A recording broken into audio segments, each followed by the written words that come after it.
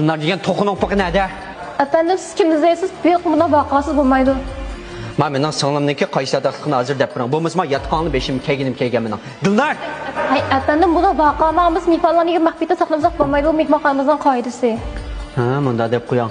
Sizlarning yataqning qoidasi o'zcha, men bizning uyning qoidasi bor. Men singlimni tepib uyga ketishma bizning uyning qoidasi. Dildar kimsan?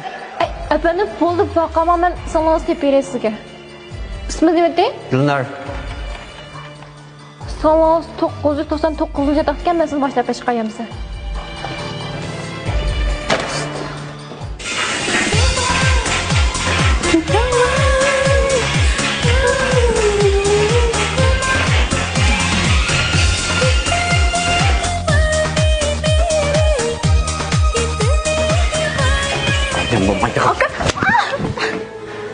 Hey, sana nima uy tarkilib, mush mehmon saroyiga kelib, bu yerda pul qaytarib jibo ochib qoltidingmi?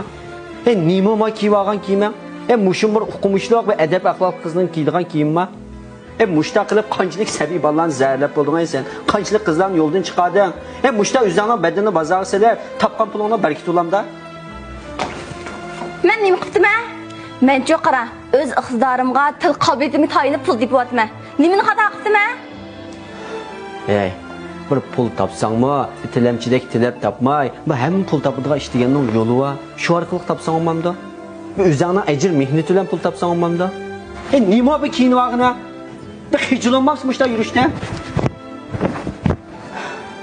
Sinan demoqchi bo'lganda, men etizga chiqib qara, pax terib, qo'noq qo'rib, topchaq milinib yurib yaxshi bo'lganda. Menimcha qarab boshqalarga o'xshash, chiroyli o'ltirib, pakkiz yo'lab pul topa olayman. Sen mening ishimga aralashib berib o'zingning ishingni qila. Topchaq bilan sen nima bo'pti? Bu yer tilamchidek tilab, bangi bangardagi, bir nima oqchi aka, bir nima ko'kchi acha deb pul tepishni nomus qilmamsa, ma bizcha, ma azaldan ajr mehnatsiz kelgan narsani olmaymiz. Qarab baqa atrofingga, jamiyatga qarab baqa, ishga qo'li yo'q, ishga puti yo'q, hatto ko'zi ko'rmaydigan shunda ojiz kishilarmi o'zining kuchiga tayinib pul tepyapti, shirkat, zavodlarni quryapti. Sening 7 a'zoying saq turib, mushta yerim yalang'och kiyinib, o'zingni bozorga silib pul topsang to'g'ri bo'lamda. Keyin sen bir ona bo'lsa, shu vaqtda keyin bolalaring bizning opamiz bunda ayolkan desa, bolalaringning oldida yuzing qalama, ular boshqalarning oldida uyalmasmi? Sana da canım singlim. Ma biz azaldan adab axloq padishobni birinchi o'rin qo'yib kelgan xalq. Ma biz ajdodlarimizning yuziga qora so'ksak hargiz bo'lmaydi. Sen bunda yursang, ma jamiyatdagi nurg'un kishilarga passiv ta'sir bersa, nurg'un bolalarni buzsa, xalqningki ideyasini burmalaysa, zararlaysa kichik bolalarni. Ota-ona mushtabda sen nadido deb dadamning qon besim o'rlab ketdi uyda. Ma bir narsani yig'ishtirib chiqay kenimdan uyga boramiz.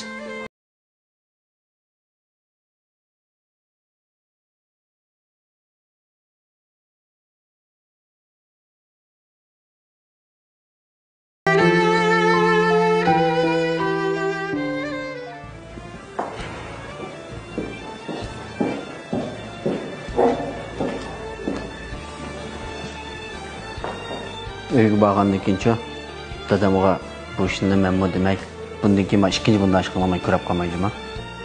Dadamningki qon besimi o'rlab qolgan, hamma dadam ichayotgan masartanninki sovuq suv olgichimniki men tugab ekan to'q. Shunga dadam nega bordingiz deb qolsa, sizga mush mahsulotni olib olgandaymi? Ma'qul. Yaxshimisiz singlim?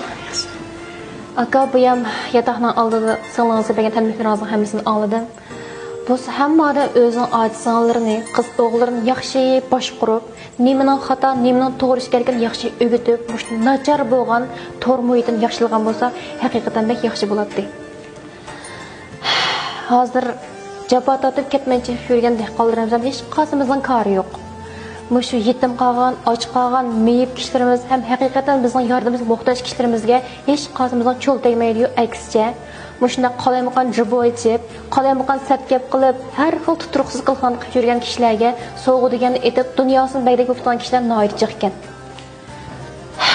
Men sizdek o'zining singlisini yaxshi boshqaradigan, ham yaxshi yo'l yetaklaydigan akalarimizni chin qalbimdan qo'llayman. Rahmat sizga singlim. Bu sizlarmi yotqanlar bunda qalayim qancha boqildigan odamlar kelsa, yotoq ichib bermagan bo'lsang, tulunbak yaxshi bo'ldi. Bu savallik bizni o'tib qopti, biz buni lekin diqqat qilaylik. Haris abi ama qo'lingizdagi mahsulot qon besimini tushirdi deb anglab qoldim, shundaymi? Ha, bu mahsulotmi shu Xinjiang Yongdur shirkati bilan Xinjiang universiteti birlashib tadqiq qilib bozorga solgan Sayramdan kelgan sovuq suv olgich ichimligi. Bu mahsulot qon besimini tushirib, qondagi mayni seriydi, ya'ni shu qon shakerini turaqlashtirdi. Men xil qon tomir to'silishniki oldini oldi. Yana birisi o'sha uyqusizlikni tugitib, bosh og'rishni o'ngshaydi. Mening dadamning bu qon besimi bor degan, shu qarsam behdan olgansiz, bir ishilib ko'rib baqsanmi deb o'ylashib qoldim. Ha, unda bo'lib qolsa, mana men dadamga aytib manganda. Men sizga aloqalash nomerlarini beray, shu yerdan setib olamsiz. 189 99 87 74 89. Bu telefonni olmabdi ekanman, aka bo'lmasa chantaga tushgan vaqtida ashar kirgizib olayman. Ma'qul. Yurolamiz.